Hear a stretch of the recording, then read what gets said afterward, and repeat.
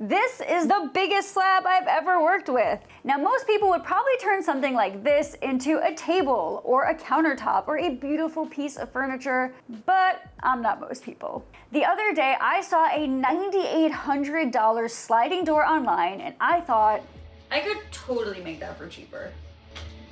Excuse me. The budget is $1,500. The dream, over the top. And I have no idea whether or not this thing is even going to hang upright. But hey, we're gonna find out together. So let's grab our tools and let's get started.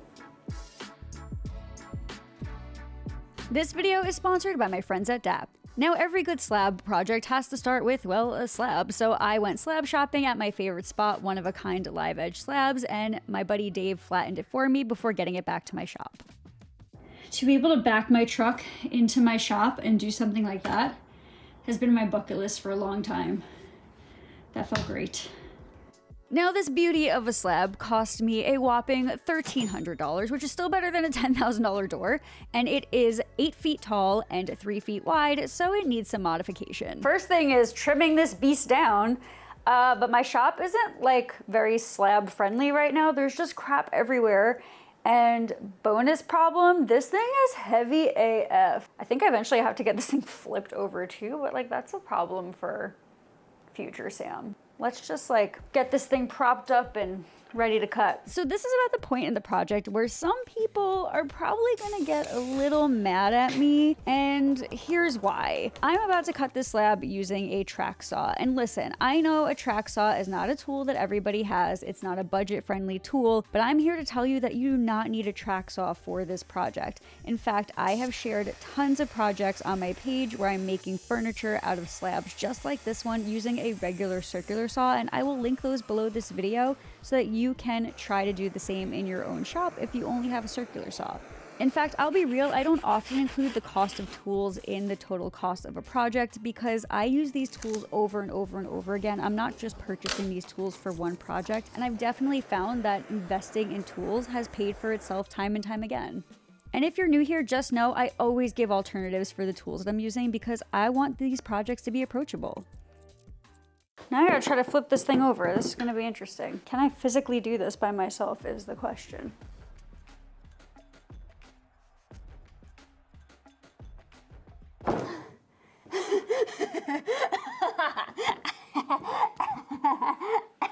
You know what that just taught me? That I'm definitely not trying to carry this down basement stairs by myself. We're getting some help for that. Although now I'm like, kind of like the other side better. That'd be annoying because I just taped the other side. I guess I can decide later.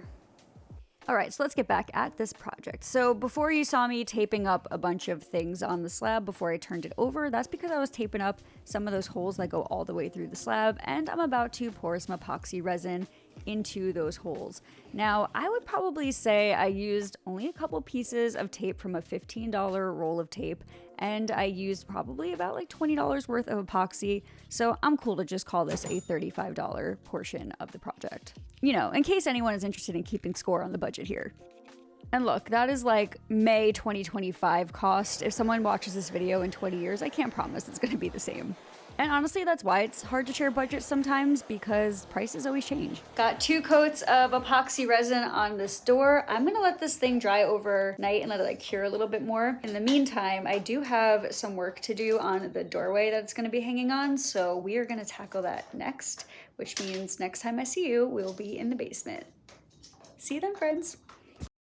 We've hit a snag. I thought, for whatever reason, when we framed out this doorway that we made it 36 inches. Spoiler alert, it's not 36 inches, it's 38 inches. So on the slab, this smallest width that we have is 36 inches, which means that it's not gonna cover a 38-inch opening. So I'm going to go cut some 2x4s and reframe this door. Once I add extra 2x4s, it should be 35 inches, which is the perfect amount of space for a 36-inch wide door.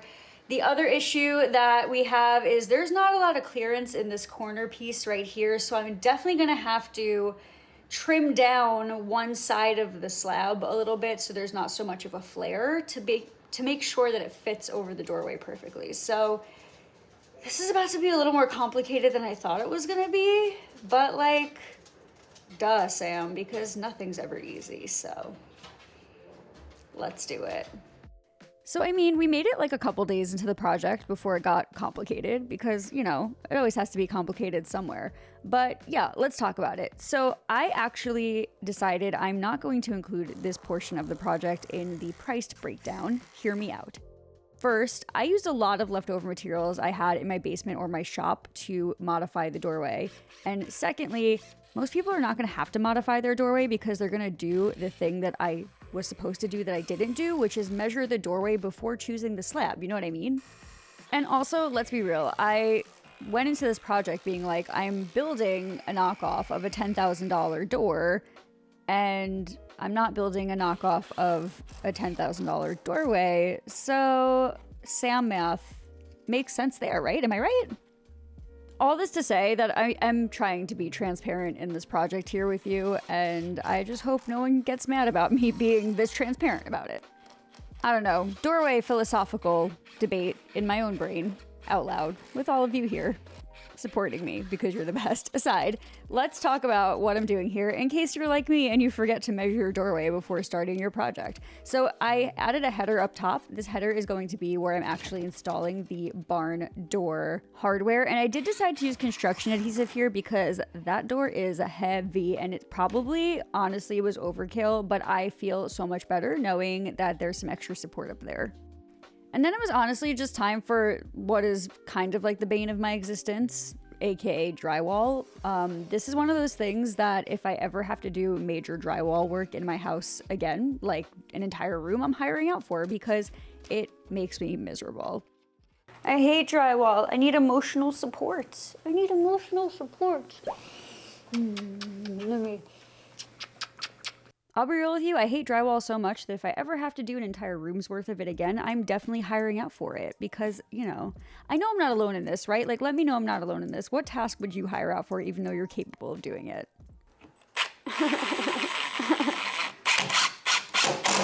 This isn't even the worst part. So I think about this a lot and I'm always like, why do I hate drywall so much? And when I was a kid, my dad used to take me to job sites with him. And one of the tasks that he would give me was drywall work, and I think that was because he hated doing it. I also think it's because I have always been very detail oriented and he always would just be like, you're gonna do a good job with this, and I love that for me. It's a compliment, and I feel like I just proved myself when I was 15. I don't need to do this anymore, you know? This is the good stuff. Kind of looks like strawberry ice cream. Don't eat this though. So I actually get this question a lot, and the question is like, what is the difference between joint compound and spackle? So I actually really like using spackle for doorways because you can put it on a little heavier and it is more resistant to shrinking or cracking as it dries. It can still be feathered out and applied the same way as a joint compound. In fact, I actually really needed to do like one coat of this and then a couple of touch-ups later down the line, which you'll see in a second. While joint compound is typically used for taping jobs, when you're taping in between drywall, joint compound is used because it's lightweight, it's really easy to sand, you can build in a lot of layers. But yeah, so I did opt to use the spackle for this project instead of joint compound. You could use both, but that is just what I prefer to use for this particular one, and I freaking love it because it goes on pink and it dries white, so I know when it's ready for sanding. I know DAP is sponsoring this video, but if you've been here for a while, you will consistently see me using their products because I'm obsessed. Hi. Spent the morning sanding some of that drywall work that I did yesterday and just like applying one more coat of the spackling to like the low spots. And now I'm back in the shop and I have to trim down this slab a little bit. So basically I've now decided what side is the top. This one's gonna be the top. But way that the wall is downstairs, I only have about 3 inches of space in between like where the wall starts and where the doorway starts. So I'm gonna have to like fake the live edge a little bit here. Not a lot, but just like kind of on the bottom wings of the door. So I'm gonna do that and try to shape it up a little bit today. And I think tomorrow we'll get in here and we'll start kind of sanding everything down and finishing everything and maybe getting a coat of paint on the wall. That's the goal, so let's do it. Anyone else find the idea of faking live edge just so ironic? In fact, I was actually really bummed that I had to do this, I'm not gonna lie to you, because the slab that I chose is just absolutely gorgeous, but I really didn't have an option because if I didn't fake the live edge, then it wouldn't be able to like close all the way and hide the doorway all the way. Again, this is probably poor planning on my part. No, it's not probably, it's definitely poor planning on my part. Also, the idea of faking a live edge on this $1,300 wood slab was absolutely terrifying for me because I kept thinking like, I just modified an entire doorway for this thing. What if I cut it too short and it doesn't fit? And then I have to like go back and modify the doorway again. But I guess this speaks volumes to that creative process cycle thing that I've seen online a lot. And if you haven't heard about it before, it essentially goes like this. So the first step is this is awesome. And then you're like, okay, well, this is tricky. At some point you are then like, okay, well, like this is crap. And then I'm crap. And eventually you get to all right, well, this might be okay. And then hopefully, which is most often than not, the project ends with, this is awesome. And because it feels awesome, I'm gonna do that creative process all over again. And if you're wondering where I am in the process right now, well, this is crap and I am crap part of the process.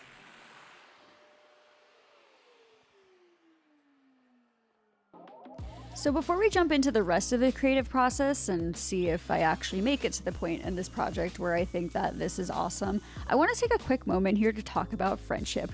And I know that you're thinking, like, Sam, what friends? You're literally building by yourself. But bear with me. One of my favorite things about doing what I do is the community that I've built and all of you and the friends that I've made. And one of those friends is my buddy, Drew Witt. Now, not only is Drew an amazing maker and YouTuber and friend, and don't worry, he didn't pay me to say this, he's also an inventor of really cool things, including this really cool acrylic base that is on the trim router that I'm using. And I just really wanted to give him a proper shout out for it because it is a solid invention. In fact, it helped me route out this annoying channel in the bottom of my barn door with absolute ease because it has a handle attached and I was able to keep it really sturdy as I used it, which I could never do before using my trim router. So yeah, 10 out of 10, highly recommend. Go check it out. I will link to his products below this video. Go support a fellow maker. Also, go subscribe to his YouTube channel. You won't regret it, I promise. And if you do, you can come back and tell me that you regret it, but I don't think that you will. Anyway, enough bragging about how cool my friends are. Let's go back to this build for a second. So as you can see, I am installing hardware. That bottom bracket actually doesn't have anything to like screw into. So I did use DAP construction adhesive to get it into the groove so it doesn't move. But other than that, I also had to install some wheels and this concealed barn door slidey mechanism on the back, which also required me to route a whole bunch of things and made me really anxious, but we did it. Anyway, in terms of cost, I think this thing was like $95.99 or $95.96 or whatever. We're just gonna call it $96 for the sake of this project. And honestly, the entire time that I was installing it, I was thinking like there's no way that this is going to work and hold up this entire super heavy slab of a barn door. So yeah, I'm not even going to give you a spoiler alert on that one because we're going to see how this works out in just a little bit after I finish installing all of this hardware. P.S. Did you know that you can cut aluminum on a regular old miter saw? Because you can, and I did for this project, and I just wanted to share that with you. So yeah, that's all I got. I think we should move on to finishing. What do you think? Sometimes when filming, I just feel the need to try to be artsy and it just doesn't work. And this was one of those moments. I was trying to show you that I was using a particular finish and a particular color for this slab because it's a really cool color. It's called Dunes from Rubio Monocoat and I'm like kind of obsessed with it. And yeah, you literally can't see the can at all. So anyway, yeah, let's talk about something else, like how much this finish cost. This is a 1-coat finish, so I literally did not have to add another coat after I applied the first coat to the barn door, and I used a really small amount. In fact, I definitely could have bought the smallest bottle that they offer, and that bottle is $36, so yeah. It did require a full day to cure though, so let's move on to something else. I forgot to show you all that I painted the patches that I made. So this is me painting the patches that I made. But once the wall was dry, I required help from my partner in crime to carry it down the basement stairs because he's the best and he was in town. And I was like, yo, Dad, while you're here, want to help me with this? And he was like, not really, but I totally will. And he did. But honestly, this was definitely a two-person job, and I'm so happy that he was willing to help me hang this thing because it was a doozy. So this track here, the top of the track has to go under here. It like locks in once it's on the track. Fun fact about me, I'm the type of girl who likes to try to build IKEA furniture without looking at the instructions, and then when I have like 16 screws left over at the end, I wonder why. Yeah, same thing with installing this door. So I installed the hardware where I thought it needed to go, but the instructions had like exact measurements, which ended up being an issue, and we're gonna tackle that in a second. But like, just read instructions. Don't be a Sam. Read instructions. Whole way? Let it go. Now you gotta do your adjustments. No way, that worked? Yeah. Are the wheels on the floor? Nope. This one is. So I gotta hang the bracket like directly over the doorway, huh? I really did not think that hanging this door was going to be this complicated, but after like about 2 or 3 different tries of moving the bracket around, I finally was able to get it. I will say, I actually don't know if those measurements would have worked for me because the door is not square. It has these like funky live edges, and because of that, it wasn't covering the doorway in certain places, and I think that that was the challenge. So I don't know, I take it back. You don't need instructions. No, just kidding. Don't listen to my advice. You need instructions. I just don't know if instructions would work for a door like this, but anyway, we ended up getting it after some finagling. It took a little bit, but I will show you how this thing opens and closes in a hot second, and we're gonna talk about if I came in under budget or not. But before we do that, actually, there was one more step I needed to take. I needed to add some trim and also make it look pretty using some dab caulking. On a personal note, when I started my woodworking business, I started by making knockoff furniture for people that was budget friendly. So making knockoff anything is kind of low-key one of my favorite things to do.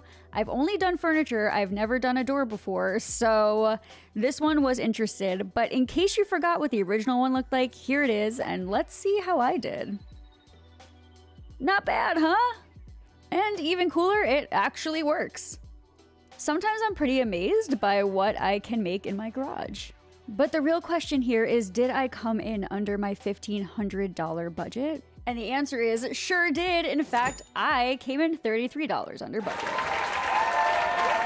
This was honestly such a fun challenge. I think I want to do more of these. Let me know if you want to see more knockoff builds on the channel. I am more than happy to oblige. In the meantime though, friends, let's get back to working on the camper van in our next video. Oh, and definitely don't forget to like this video and subscribe, but only if you liked it and only if you want to subscribe. And in case you're wondering where I am in this creative process, I thought this one was awesome and I can't wait for my next project.